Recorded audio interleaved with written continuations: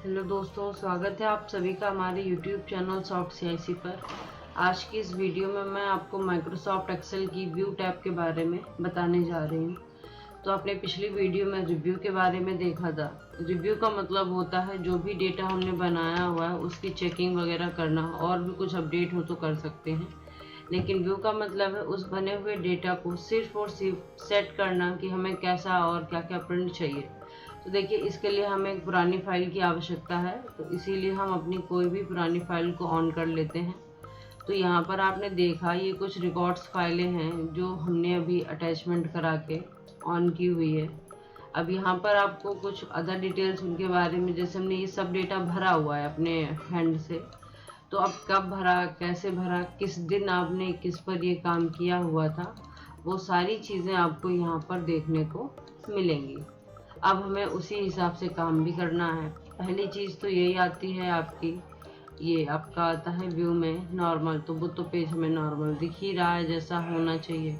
Page break preview, कितने page में data print होगा आप ये देख लीजिए। आप कितने पेज में डेटा जा रहा है, आपके 3 पेज में डेटा ये जा रहा है।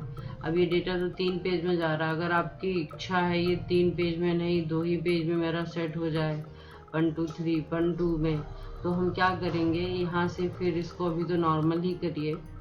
आप एक बार पेज लेआउट में आपको बताया था पेपर साइज के बारे में, तो हम लेटर लगा लेते हैं, थोड़ा सा सेट होगा।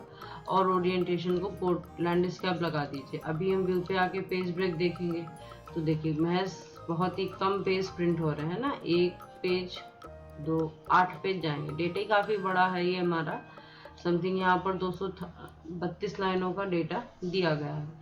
तो ये होता है पेज ब्रेक प्रीव्यू कि हमारा कितने में डेटा प्रिंट होके आएगा। वो काम हम प्रिंट प्रीव्यू से भी चेक कर सकते हैं और पेज ब्रेक प्रीव्यू से भी। नेक्स्ट ऑप्शन है पेज लेआउट। अब इस पेज में अगर आपको टाइटल मतलब हेडर एंड फुटर लिखना चाहें, तो हेडर में हम लिख सकते हैं ये हमारा एक स्टूडेंट रिकॉर्ड फाइल है, रिकॉर्ड डेटा है 2023 और 24 का। बस ये हमारा हेडर हो गया। फुटर में हम क्या है, किसी के भी यहाँ पे सिग्नेचर लाइन वगैरह अटैच करा सकते हैं या वहाँ पर coordinator sign, teacher sign, just ऐसे लिखते, क्योंकि ये सब चीज़ें हमें हर एक पेज में चाहिए। और वैसे रियलिटी में आपका पता है जहाँ पर बिल्कुल ही चैप्टर ख़त्म होता है वहाँ पर हम टीचर साइन के नाम से डेटा को अटैच कराएंगे। फिर व्यू पे आएंगे, इसको नॉर्मल कर देंगे। लेकिन ये डेटा कहीं ना कहीं तो प्रिंट होगा, तो कंट्रोल F2 के द्वारा प्रीव्यू चेक कर लीजिए। देखिए student record list file, teacher sign, फिर हम नेक्स्ट करते हुए अपने अलग अलग पेजेस को देख पाएंगे। इसमें भी और भी काम करना चाहिए, जैसे कि पेज लेआउट का प्रिंट टाइटल यूज़ करना चाहिए, ताकि कॉलम और रो जो रिपीटेड हैं वो हमारी बार बार हमारे सभी पेजेस में प्रिंट होके आनी चाहिए। नेक्स्ट है custom view. Custom view option का काम ये होता है कि आपने किस दिन कौन सा डेटा फाइल तैयार किया, तो वो कस्टम व्यू है। जस्ट आपने ऐसे मान लीजिए कि 15 दिन का काम सिलेक्ट कर दिया, कस्टम व्यू पे गए, यहाँ पर हमने ऐड कर दिया, तो उसका नाम हमने लिख दिया कि 15/6/2023 को हमने, या 10/6 कर दीजिए, 10/6/2023 को ये काम हमने किया। ओके। इसके बाद में फिर हमने अगला काम कुछ और किया, कस्टम व्यू में गए, अब हमने फिर से ऐड किया, ये काम हमने 11/6/2023 को किया। ऐसे ही और डेटा को अटैच कराया, तो ये वर्क जो है वो हमने मान लीजिए यहाँ पर 12/6/2023 को किया। फिर अगला डेटा आ गया, तो ये क्या इरेगुलरिटी से जैसे हम काम करते गए उस दिन के डेटा को हम यहाँ पर भरते हैं, ताकि अगर किसी दिन हमसे इंक्वायरी होती है तो हमें पता होना चाहिए कि हमने किस दिन कितने बच्चों के डेटा को फिल आउट किया। तो आज ये हो गई 13, अब यहाँ पे हमने 14 डेट का काम कर दिया। नेक्स्ट जितना भी वर्क था मान लीजिए बचा हुआ, उसको हमने लास्ट डे 15 को काफ़ी सारा काम जो है जितना भी पेंडिंग वर्क था वो हमने कंप्लीट कर दिया। अब अगर हमारे ओनर आते हैं और हमसे पूछते हैं कि 11 को क्या काम किया आपने, तो कस्टम व्यू पे जाना है, 11 तारीख सेलेक्ट करिए और शो करा दीजिए। तो सर 11 को इतना डेटा प्रिंट किया। अच्छा कल क्या काम किया, तो ये लीजिए 14 का शो करा दिया। सर 14 को हमने इतना डेटा वर्क किया। ये सब एक सिलेक्शन मोड में आपको देखने को मिल जाता है। तो इसी को हम कहते हैं कस्टम व्यू। कस्टम व्यू आपके प्रतिदिन के काम को अपने अंदर स्टोर करके रखता है और आप जिस भी डेट के डेटा वर्क को मांगते हैं वो आपको निकाल कर दे देगा। ये है आपकी ग्रिड लाइन। तो ग्रिड लाइन क्या है, ये देखिए अभी नीचे की ओर दिख रही थी, हटाते ही आ जाती हैं और लग जाती हैं। तो ये आपका ग्रिड लाइन है। टिक करेंगे तो ग्रिड लाइन शो होगी, अनटिक कर देंगे तो ग्रिड लाइन हाइड हो जाएगी। नेक्स्ट है फॉर्मूला बार। तो ये जो हमारा ये फॉर्मूला बार होता है ना, इसको शो या हाइड कराएंगे। ये हाइड हो गया, ये शो हो गया। हेडिंग जो ये ABCD और 1 2 3 कॉलम और रो हेडिंग होती है, तो इन हेडिंग को शो या हाइड कराने का काम ये शो बॉक्स करता है। जूम, हम पेज को जितना चाहे उतना जूम कर सकते हैं। बहुत ज़्यादा जूम करना है तो आप यहाँ से कर लीजिए। ये 400% तक जूमिंग करता है आपकी। 100% आ गए तो आप बिल्कुल जैसे थे वैसे। जूम टू सिलेक्शन तो 400% कर देगा। नॉर्मल तो नॉर्मल आ जाएंगे। न्यू विंडो, जैसी ये विंडो है हमारी उसी की जैसी कई सारी विंडो और ऑन हो जाएंगी। Just a clone copy. देखिए एक ही फाइल की 4 फाइलें ऑन हो गई। अगर हम एक का भी नेम चेंज करेंगे ना तो चारों का चेंजमेंट हो जाएगा, क्योंकि ये सभी फाइलें आपस में लिंक है। बस ये डाटा चेकिंग करने के लिए ज़्यादातर यूज़ की जाती है। इसके बाद में हमारे पास एक ऑप्शन आता है फ्रीज पेन का। फ्रीज पेन का अभी जैसे हमने ऐसे आगे बढ़ा दिया, अब आपको ये पता है ये क्या है और ये क्या है। अगर हम कह देना ये DOB है, ये उनकी एडमिशन डेट है, या ये उनकी DOB है, उनके फादर DOB है, तो क्या आप इसको गलत ठहरा देंगे? क्योंकि यहाँ पर डेटा तो पता ही नहीं चल रहा है। इसलिए हम अपनी इस टॉप की लाइन को, जो ये रोल नंबर डिटेल वगैरह है, इसको हम कर देंगे फ्रीज, कि आप वहीं पर रुक जाइए। अब सारा डेटा तो अप डाउन होगा लेकिन वो रो वहाँ से नहीं हटेगी।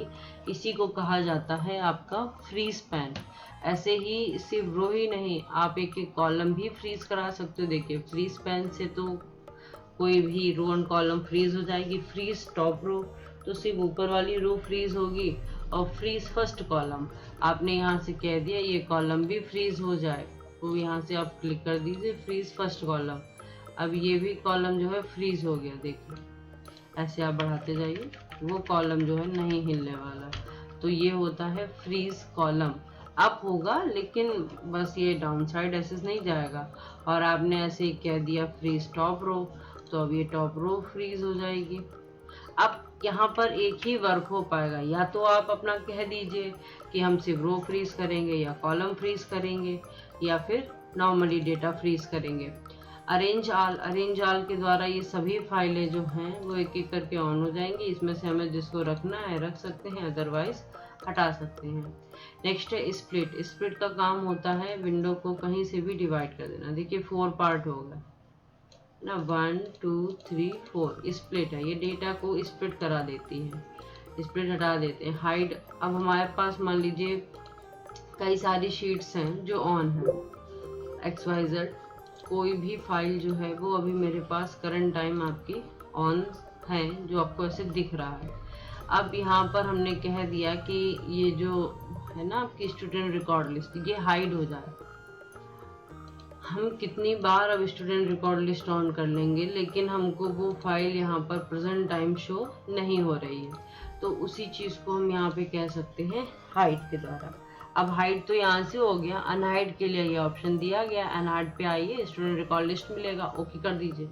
अगर ऐसे कर देते हैं तो यहाँ से भी हो जाएगा, नहीं तो दूसरा ऑप्शन भी होता है, ये लिस्ट पे जाइए, यहाँ पर भी हाइड अनहाइड ऑप्शन होता है, तो इसके द्वारा भी हम कर सकते हैं। फिलहाल यहाँ से हम हाइड करा देते हैं, अनहाइड हो गया, शीट हमारी दिखने लगी। व्यू साइड बाय साइड, ये एक साथ दो दो डेटा को चेक कराती है। दो डेटा का जैसे मतलब है व्यू साइड बाय साइड, तो हम इस स्टूडेंट रिकॉर्ड लिस्ट के सामने student list for share FB ऐसा कुछ जो है लिखा है वो ऑन करते हैं। तो देखिए ये भी डेटा बढ़ रहा है, नीचे वाली शीट का भी डेटा बढ़ रहा है, तो हम ऐसे दो शीटों को साइड बाय साइड देख सकते हैं। अभी हम एक पे वर्क करते हैं तो दोनों को स्क्रॉलिंग मिल रही है। अगर हम इस साइक्लोनस स्क्रॉलिंग को बंद कर दें तो हमारा कर्सर यहाँ है तो सिर्फ यही स्क्रॉल होगी। जब मेरा कर्सर इस वाली विंडो पे होगा तो ये विंडो स्क्रॉल होगी। तो ये हमारा साइक्लोनस स्क्रॉलिंग है। रीसेट विंडो पोजीशन, तो किसी की भी विंडो पोजीशन को रीसेट कर सकते हैं। वो इधर हो गई, वो ऊपर पहुँच गई, या इसको रीसेट करा दिया तो वो अप हो गई या डाउन हो गई। इस प्रकार से ये हमारा रीसेट विंडो पोजीशन जाना जाता है। व्यू साइड बाय साइड हटा दीजिए, वन टाइम वन विंडो दिखेगी। स्विच विंडो, डायरेक्ट आप किसी भी विंडो पे जंप कर सकते हैं। नेक्स्ट ऑप्शन है मैक्रो। मैक्रो के लिए हमें ऑलमोस्ट एकदम न्यू शीट होना ज़रूरी है, मैक्रो ऑन करना है अभी।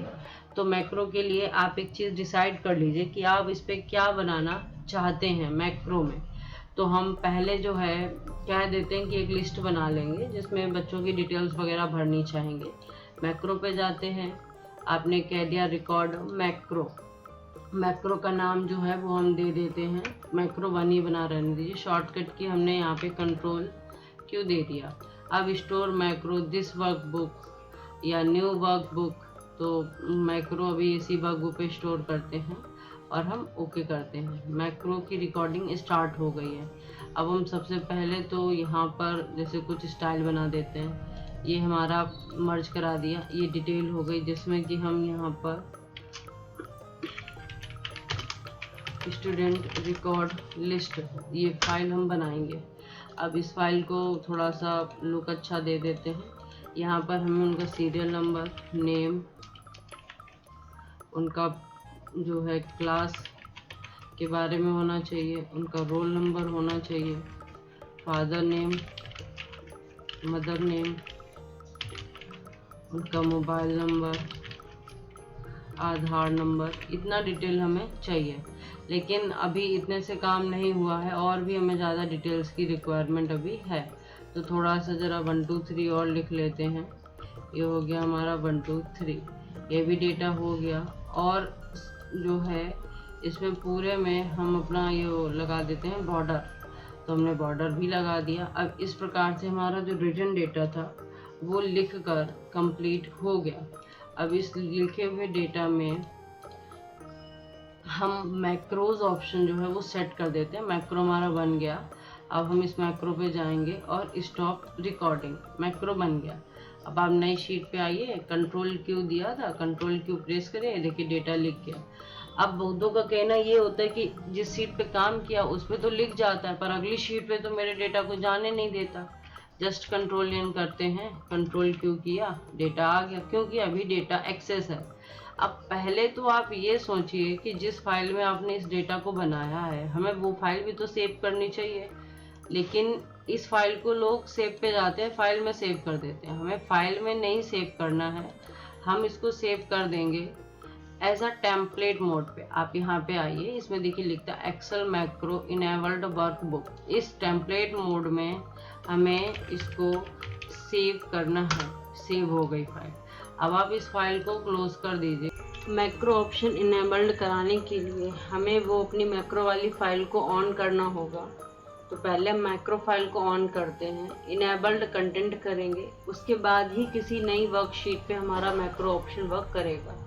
इनेबल कंटेंट करना है, इसके बाद में आप किसी भी शीट पर टिक करिए, कंट्रोल क्यू, और ये बन जाएगा। अगर आप कंट्रोल एन के द्वारा कोई नई वर्कशीट लेके आते हैं तो भी कंट्रोल क्यू से ये चलेगा।